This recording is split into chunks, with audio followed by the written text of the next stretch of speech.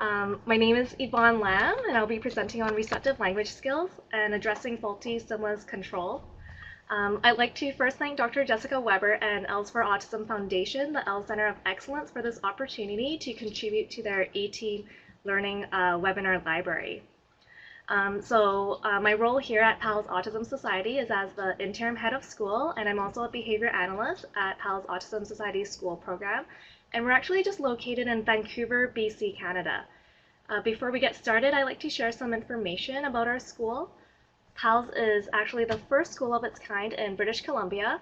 We're a specialized nonprofit independent school that provides a safe environment for children and adolescents with autism to gain self-worth, progress academically, socialize, and participate in extracurricular activities and learn life skills.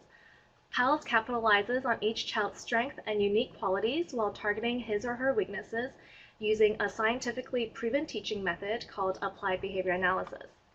So we employ highly skilled and enthusiastic teachers and specialized behavioral consultants who follow a modified BC curriculum wherever possible.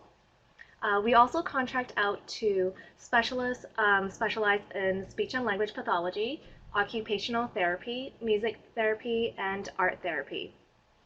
We're also a designated special education school by the Ministry of Education, as we employ a high ratio of staff to students. Our students are matched with students of similar abilities and similar skill sets to create an enriched environment that promotes skill development and communication and socialization.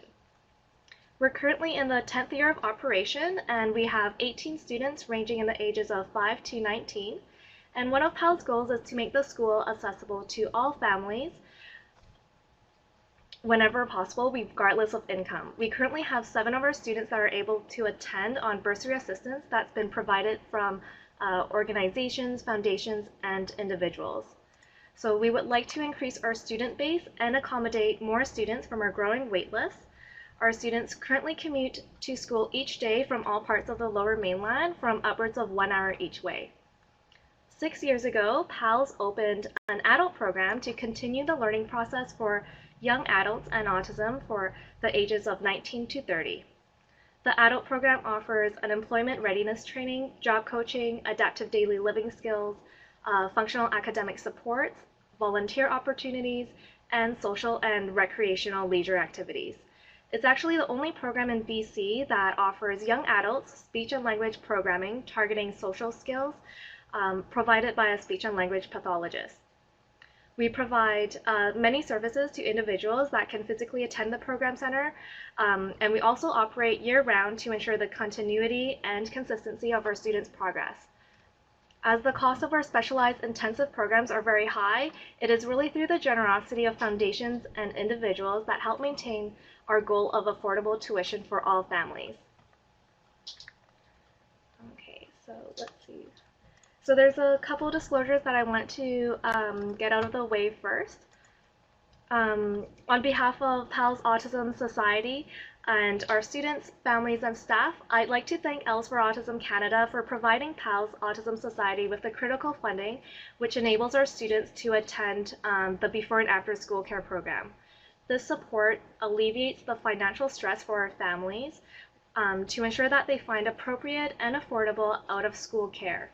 The PALS Before and After School Care program provides a safe environment for children and adolescents with autism to socialize, participate in extracurricular activities, and learn independent life skills while making it possible for the parents to continue working to support their families.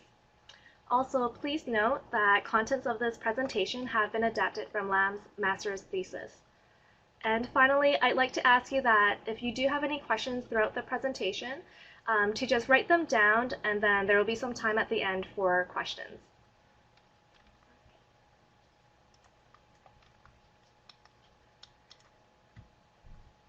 Okay, so I'll just begin with a brief overview of the presentation. I'm going to be describing discrete trial training, which is commonly used to teach receptive language skills. This will lead into a discussion about faulty stimulus control, and we'll go over different common error patterns, as well as review some antecedent-based strategies and consequent-based strategies.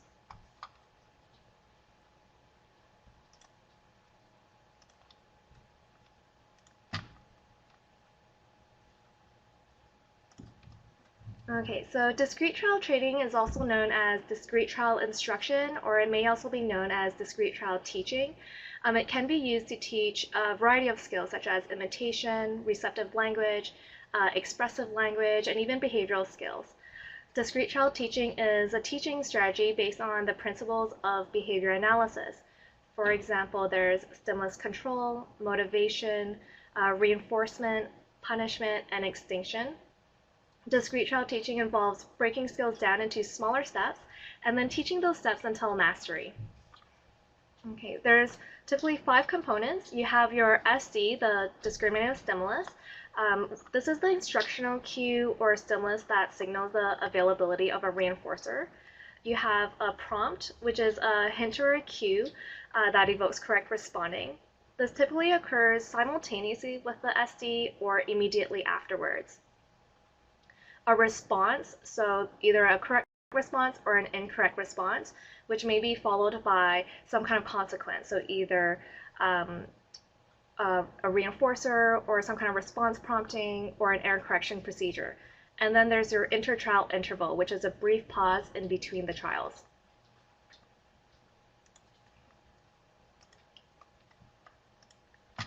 Okay, so when we're talking about receptive language, it's quite common for many young children diagnosed with autism to have delays in this area, and that's one of the reasons why many of the programs in early intervention and intensive behavioral intervention programs for young children focus on the development of this skill. So what is receptive language? Well, it involves a learner responding to the vocal verbal behavior of others. So deficits in this skill could actually result in challenges in a variety of other skill areas, such as in academics like reading, writing, or math, or even social skills, such as following simple instructions or being able to respond to one's own name.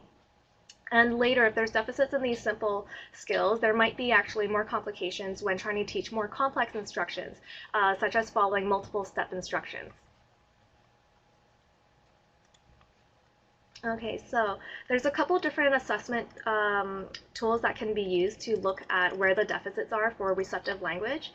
You have your Assessment of Basic Language and Learning Skills Revise, also known as the ABLS Revise. This tool is actually great because it provides the different skill areas, such as receptive language skills that typical children would acquire before entering kindergarten. The other assessment tool here is the Verbal Behavior Milestones Assessment and Placement Program, also known as the VB-MAP.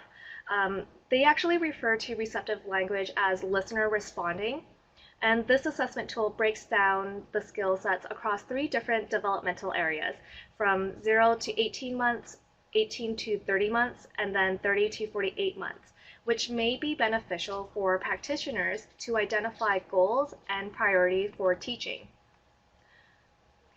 When we're looking at receptive language, there's 2 different categories. You have your simple discriminations as well as conditional discriminations.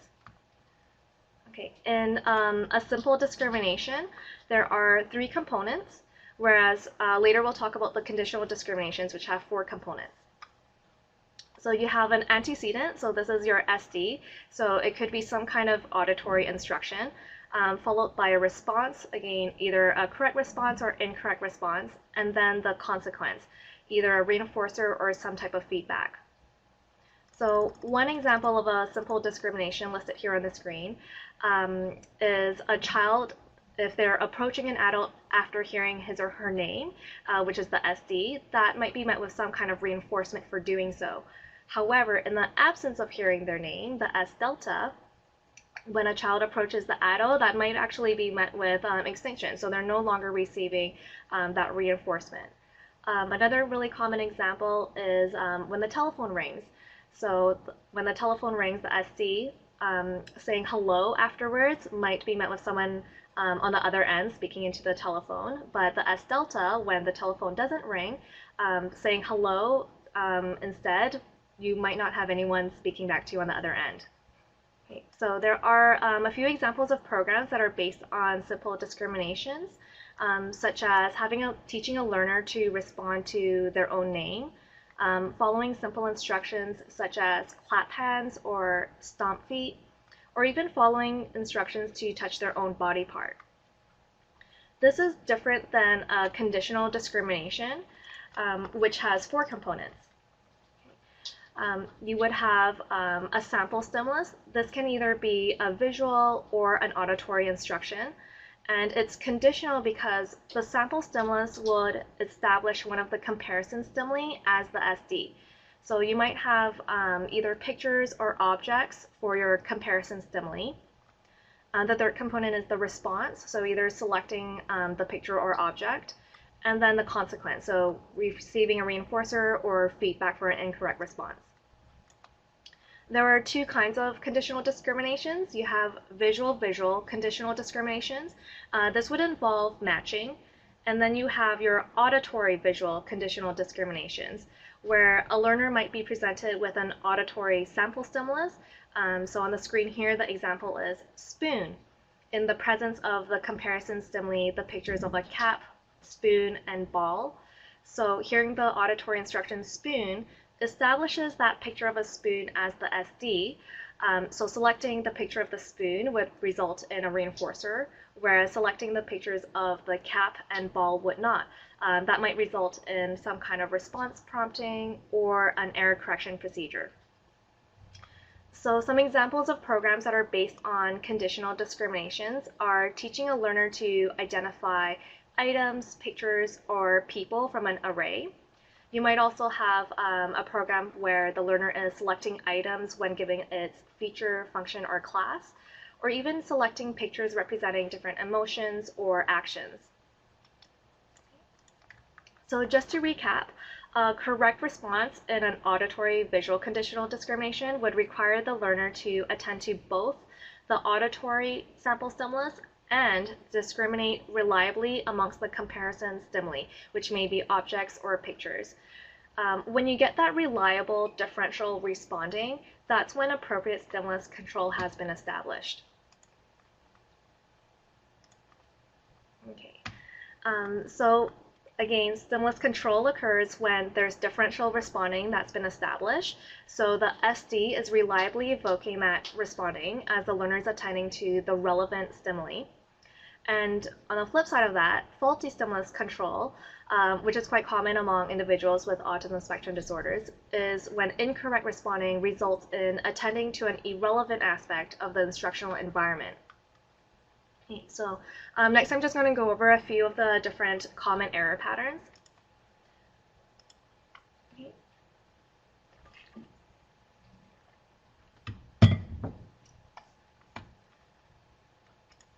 So there are stimulus over-selectivity, win-stay responses, position bias, and stimulus bias. Okay, so I'll just go over an example of what each one looks like next. Okay, so when we have stimulus over-selectivity, that happens when a learner is only attending to either one feature or aspect of the stimulus while ignoring other features.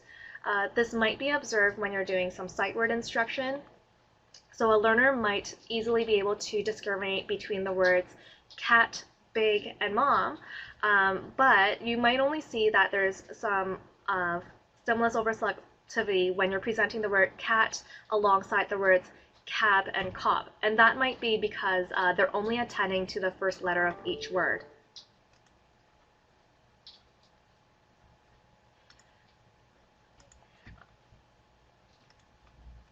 Okay. During a Wednesday response, this is when a learner is attending to or only selecting the stimulus that was functioning as the SD in the preceding trial, so regardless of what sample stimulus might have been presented during the current trial. So in the top row here, the auditory instruction is cap. If the learner happens to select cap, they might be met with some kind of reinforcer. In the second trial, the instruction is ball. The learner continues to select the picture of the cap because this functioned as the SD in that first trial. So during that second trial, after the learner selects the picture of the cap, they might be given some kind of error correction procedure, and then in the third trial, when the instruction is spoon, the learner will then select the picture of ball because that's what was the SD in the previous trial.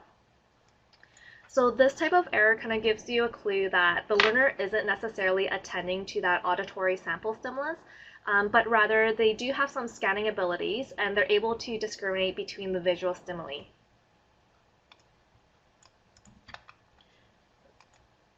Another common error pattern that happens is a position bias. This happens when a learner reliably selects a stimulus in a particular position. So on the screen here, this is an example of a learner selecting the stimulus that's always presented on the left-hand side. You might have learners that might always select an item on the right-hand side or even the center.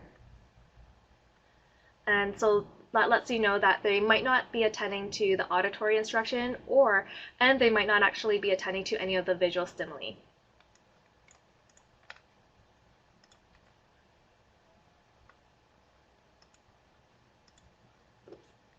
Okay, and then the last one here is a stimulus bias.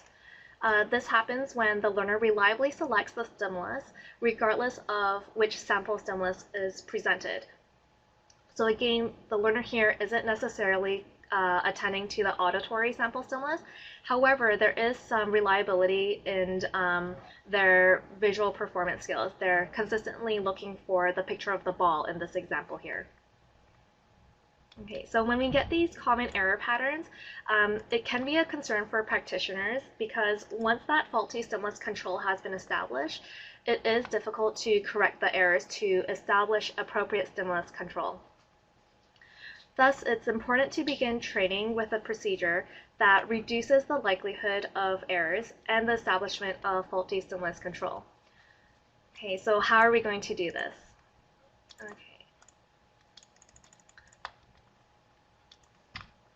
Okay, so you have to take some data.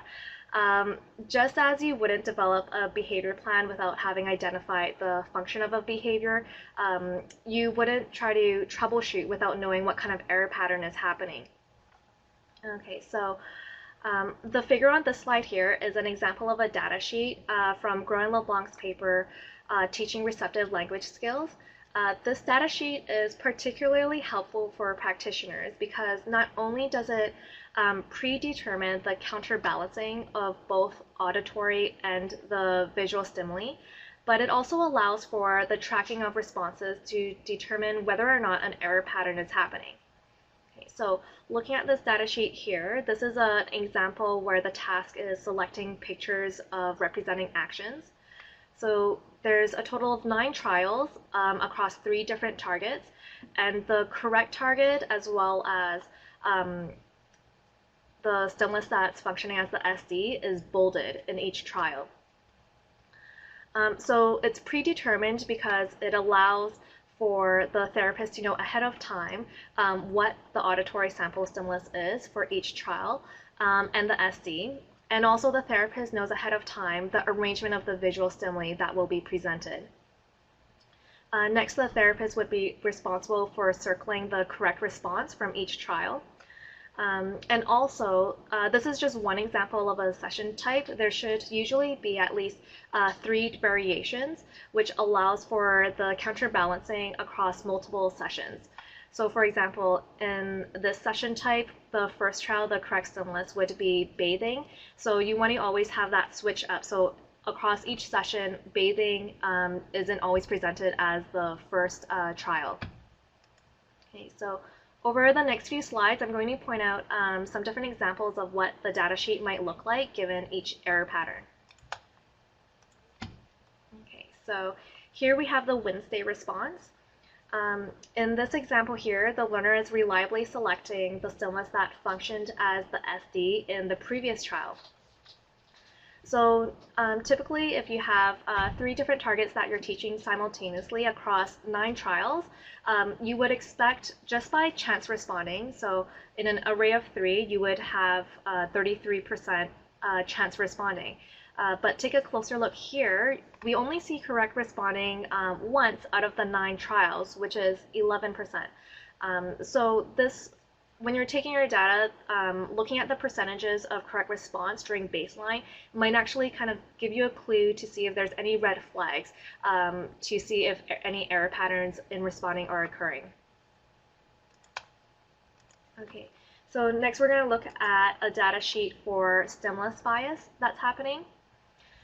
So in this case here, the learner is repeatedly selecting the bathing visual stimulus across all 9 trials. So again, based on chance responding alone, you might expect 33% correct responding for the target bathing. However, if you look at the targets for dancing and coloring, it's actually occurring at 0%. So again, as a practitioner, looking at these percentages will kind of alert you to these red flags.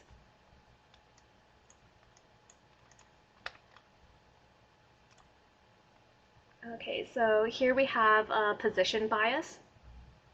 So at first glance, if you take a close look here, we can see each action is selected once across all 9 trials, which results in 33% chance responding across for each target. However, if you didn't have this kind of data sheet that you were using during baseline, a therapist might not have actually picked up on this position bias. Okay, so now that we've actually gone through all of these different error patterns, let's look at a few things that we can do from the outset of instruction to either remediate this error correction or to reduce the potential of having these errors establishing. Okay. When you're teaching the conditional discrimination, there's 2 methods of teaching. There's a simple conditional method as well as the conditional only method. So as a practitioner, consider which method of instruction you would use. There have been a few studies now that have compared the 2. So this table here depicts the 9 steps that are used in the simple conditional method. So the simple conditional method is a sequential approach to teaching 3 different actions. So here we have, let's see, catching, kicking, and walking. So you can see in steps 1, 2, and 6, the targets are taught in isolation. So the learner isn't necessarily required to attend to the auditory instruction or the visual stimulus. Whereas for the remaining steps, except for step 9, the targets are taught in a field of 2. And finally in step 9, this is where all 3 of the comparison stimuli are presented together. And step 9 is what is identical to what you would see in the conditional only method, where all 3 stimuli are trained together. So in the 3 comparison studies that have looked at this, they found that the participants learned more rapidly with the conditional only method. So Growing colleagues in 2011 noted that it may be beneficial to use the conditional only method compared to the simple condition because it might actually the simple conditional might actually foster faulty stimulus control. Let's see. So again, in steps 1, 2, and 6, because there was only 1 stimulus and 1 comparison stimuli presented at a time, the learner was not likely to attend to the auditory instruction or that visual or the visual stimuli. And also, given that most of the steps in the simple conditional method consisted of an array of 2 visual stimuli, the learner might actually come into contact with a denser schedule of reinforcement. So because it's a field of 2, you only have that 50-50 chance responding.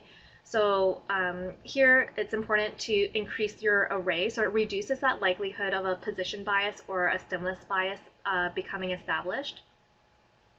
Also, the conditional only method promotes appropriate stimulus control as the learner is required to attend to both that auditory sample stimulus and they have to differentially respond across the comparison stimuli. And lastly, the conditional only method has less steps, so that might be one of the reasons why it's more efficient. So just to recap, for all 3 comparison studies, the participants learned more quickly with the conditional only method.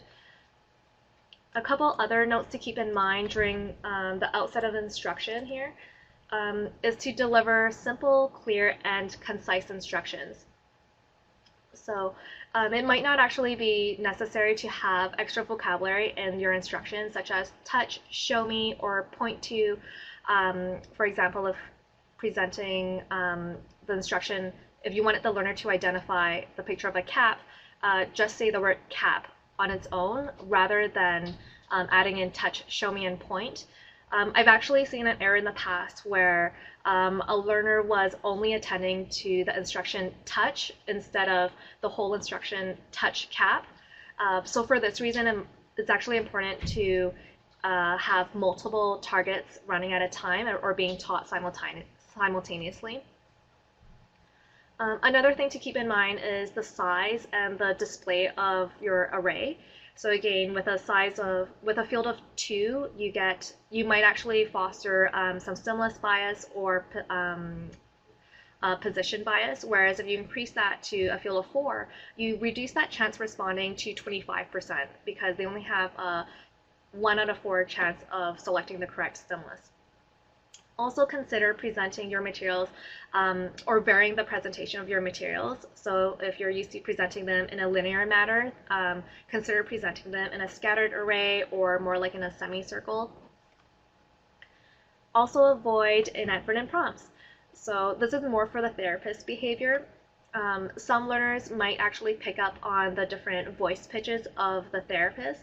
So if a therapist has a lower pitch tone for certain instructions compared to other instructions, then the learner might be attending to that instead of the actual auditory instruction and the visual stimuli.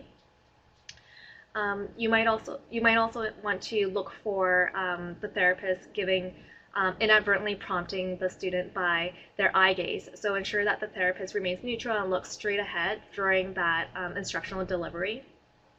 I've also seen newer therapists, because they want to make sure that they're keeping such a rapid pace during instruction, that they actually place out their hand and closer to that correct stimulus because they're trying to wrap up each trial quickly, but they're actually unaware that they're prompting the student to give them the correct stimulus. So to do this, just do some video recording. It's good anyways, just for fidelity of implementation, and it's a nice way to give some clear, objective, and constructive feedback as a supervisor. Some other things to do from the outset of instruction is to ensure that you're delivering the instruction after securing eye contact, if that's possible. It just really increases the likelihood that if the learner did err, it's truly because it was an incorrect response rather than they were not attending to the instruction. Also refrain from delivering pre-attending cues, such as hands down or repeating the learner's name if that's possible. That's just a good way to establish good instructional control. And also, when you need to arrange or rearrange your materials, do so out of the learner's view. I've seen before some therapists during a remedial trial, they just move the items within an array in front of the student rather than taking all the visual stimuli out, shuffling it under the table, and then re-presenting it. That's because some of the learners might actually just focus on what they were just prompted to select, and then they'll just watch you move those items around. And so again, they're not really attending to the relevant characteristics of the SD, but rather some irrelevant aspect. So again, that's faulty stimulus control there. Okay, so I'm just going to go over some different kinds of prompts that can be used. If you do know that your learner has a history of faulty stimulus control, I would recommend avoiding stimulus prompts. These are the prompts that involve materials. We have your positional redundancy or movement. So a positional prompt is when you move the SD in closer proximity to the learner. A redundancy prompt is exaggerating the SD in some way. So it could be the color or the size or shape of the SD. And then a movement prompt could involve the therapist either tapping or shaking the item. I would recommend avoiding these prompts because, again, it's not drawing the learner's attention to those relevant aspects of the SD, and again, it can actually enhance faulty stimulus control.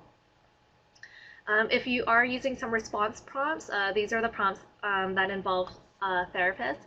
I would recommend having a plan to fade them out quickly, as it's good practice to only be using prompts temporarily. Okay, so Next, we're going to talk about some of the different antecedent strategies that can be used to address faulty stimulus control. We have observing response and differential observing responses that can be used.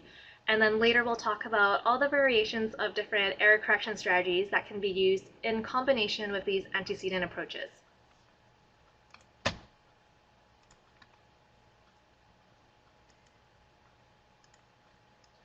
Okay, so an observing response increases the learner's sensory contact with a sample stimulus.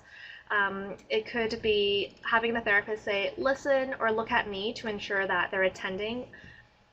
You could also cover your comparison stimuli and then require the learner to flip over each sheet of paper. This will increase the likelihood that the learner will be attending to the visual stimuli. Also, you could have a learner touch a card prior to instruction. If it's some kind of computer task, you can also place a response requirement of having the learner click the screen a certain number of times.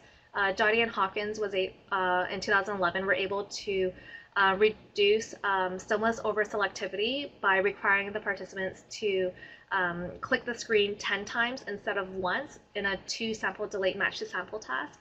So this just ensured that the learner was attending to the screen.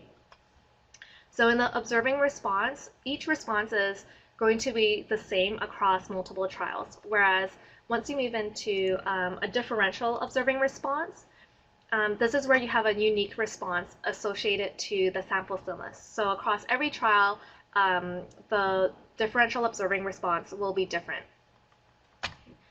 A DOR, a differential observing response, increases the likelihood that the learner will attend to the critical features of the sample stimulus in the presence of multiple comparison stimuli. So there's 2 types. You can either use a visual differential observing response or an auditory differential observing response. You can use a visual DOR during sight word instruction.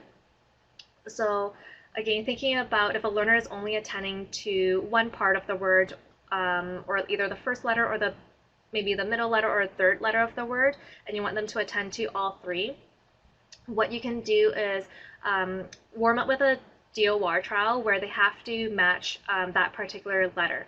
So in this case, they're matching the third letter of the word. And then the therapist would present the comparison stimuli for the original trial and then say the instruction, cat. And then the learner selects the word cat. So this draws the learner's attention to attending to the third letter of that word. Okay. You can also use a visual differential observing response for receptive identification by name program. So you would pick out that relevant characteristics that's associated with that with the SD. So in this case, it would be a zebra, which has stripes. So you would have, you can use matching as a DOR, so having a learner match stripes with stripes first before going into the original trial, which is presenting the comparison stimuli, saying zebra, and then the learner attends to the stripes, and then they would most likely select stripes. You can also use an auditory DOR.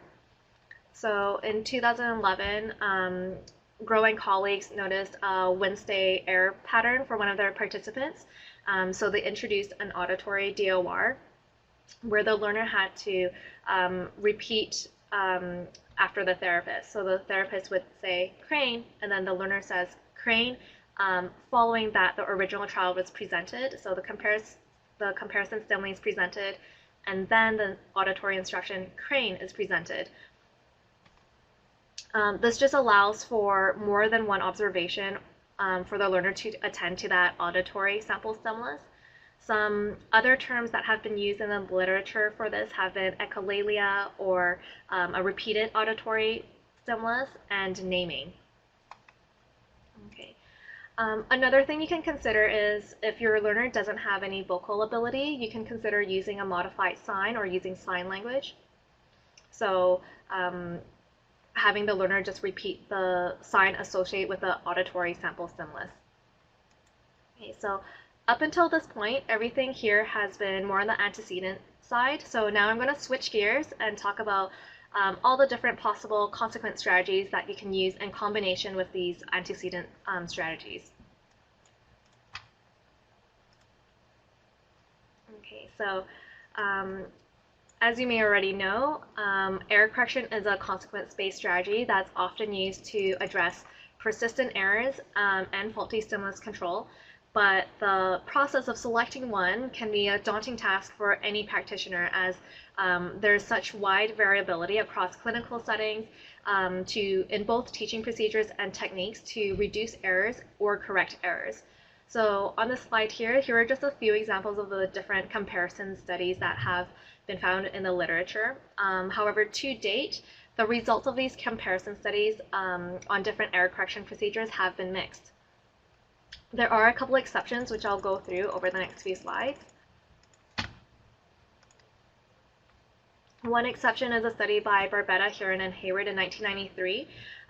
They were looking at sight word instruction, and they compared two different conditions. One which required the learner to engage in an active learner response contingent on an incorrect response. And the other condition just involved, the no response condition involved just passive learning. So the learner did not have to repeat after the therapist. What they found was for all 6 participants, they all responded better with the active learning response.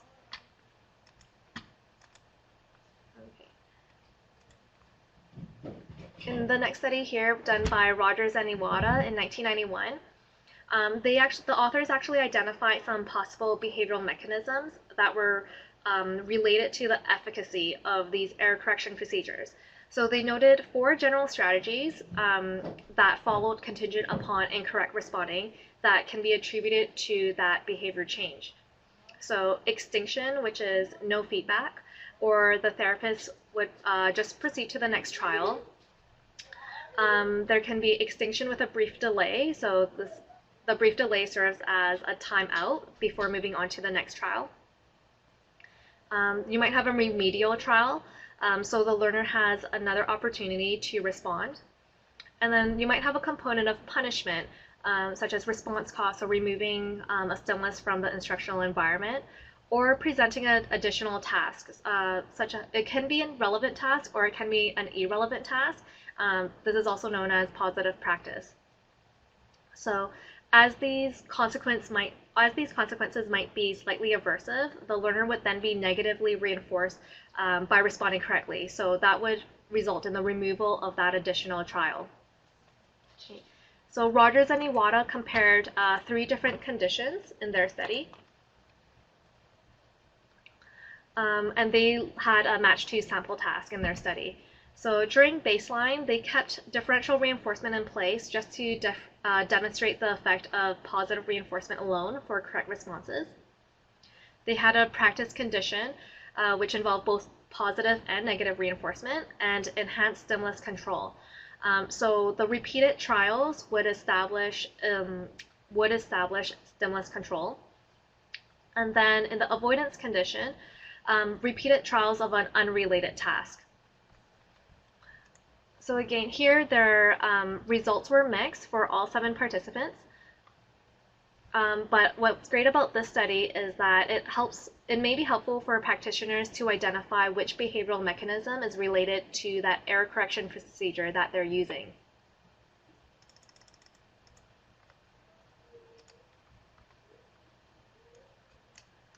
Okay, here's our next comparison study completed by Smith and colleagues. Their study was designed to test the effects of saying no versus modeling as an error correction procedure. The task they had was matching words to corresponding pictures.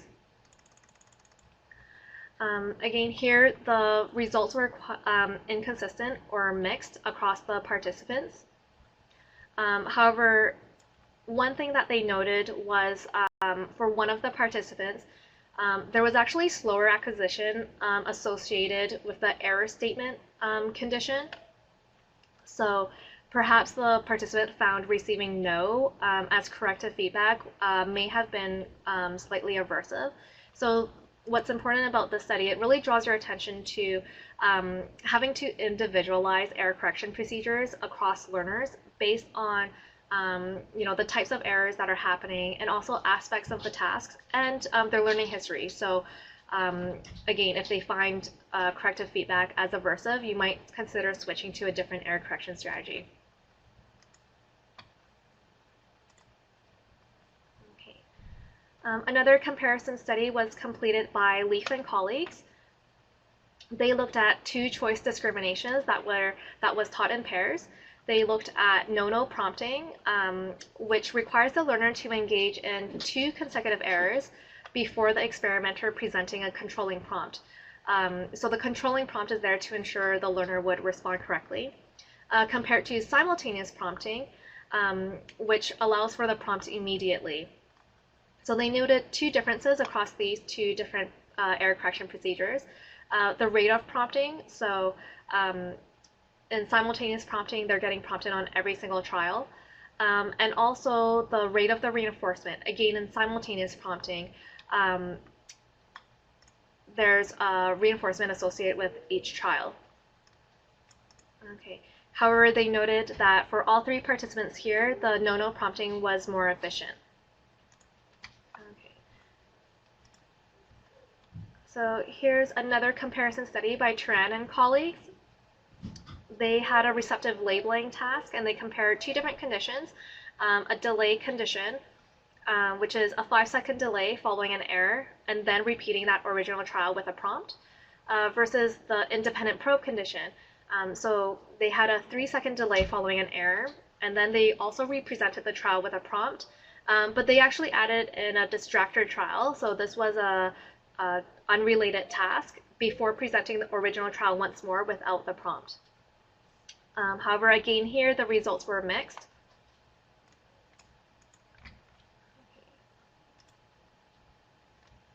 Okay, so another comparison study by McGann and Lerman here. Their purpose was a little bit different. They wanted to identify the least intrusive but most efficient procedure for teaching simple and conditional discriminations. Their task here was sight word instructions. Okay. So what they did was they ranked the level of intrusiveness by the amount of additional responding that was required from the learner and the therapist. So an error statement, which is receiving vocal feedback, was considered the least intrusive. And on the most intrusive end, we have direct rehearsal, where the learner had to engage in 3 consecutive remedial trials unprompted. Interestingly, in contrast to the study by Barbetta and colleagues, they found that for 4 of their 5 participants, the initial assessments actually showed that modeling alone was an effective error correction procedure. So this is in contrast to Barbetta's study, because they noted active student response was more effective. However, the authors did note that this may be due to a difference in the measurement of their dependent variables. One study looked at the number of trials to mastery, whereas the other study looked at the percentage of words correctly read.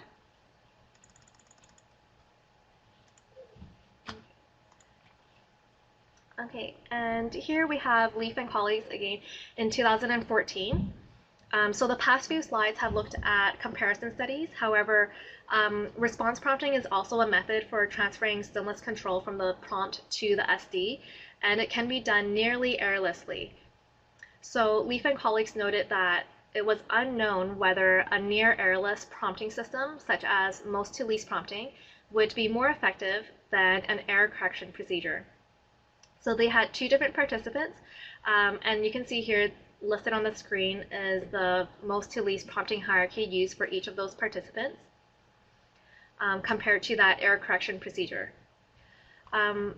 For both participants, they noted that most to least and error correction procedure was effective. Okay. So in summary, there are so many different types of error correction procedures that one can choose from. But what's been emphasized in the literature is that it's really important to select one based on one's error patterns or the aspects of the task and the learner's history with that task. And also another thing to consider is whether or not to use an observing response or differential observing response from the outset of instruction. So often These are included more as a rescue procedure, so only after faulty stimulus control has been established. So it would be interesting to note in future studies if they looked at using a observing response or differential observing response from the outset would actually be more effective than using it as a rescue procedure. Also, it's important to conduct an error analysis. So really think about taking your data to see what kind of error pattern is happening and then troubleshooting from that point. You can also look back at your assessments. Think about the different prerequisite skills that might need to be that might need a booster session on, or if possible, if there are multiple error correction procedures that are efficient, maybe think about using the one that's least intrusive. Another thing that Leaf and colleagues did in 2010, they assessed for the participants' preference for the different prompting procedures. That could be another thing that can be considered for the participants. And then lastly, just plan ahead. I think that's the take-home point that I would like everyone to take away. In the words of Benjamin Franklin, when you fail to plan, you're planning to fail. Okay, so here I have my references. And then I also wanted to just send out a quick thank you to Dr. Pat Miranda, who was my thesis research supervisor, Dr. Laura Groh, who was an external examiner for my thesis committee, Dr. Joanna Cannon, who was on my thesis committee, as well as Andrea Kusunik, who is the current head of school. Okay. Here is my contact information in case you have any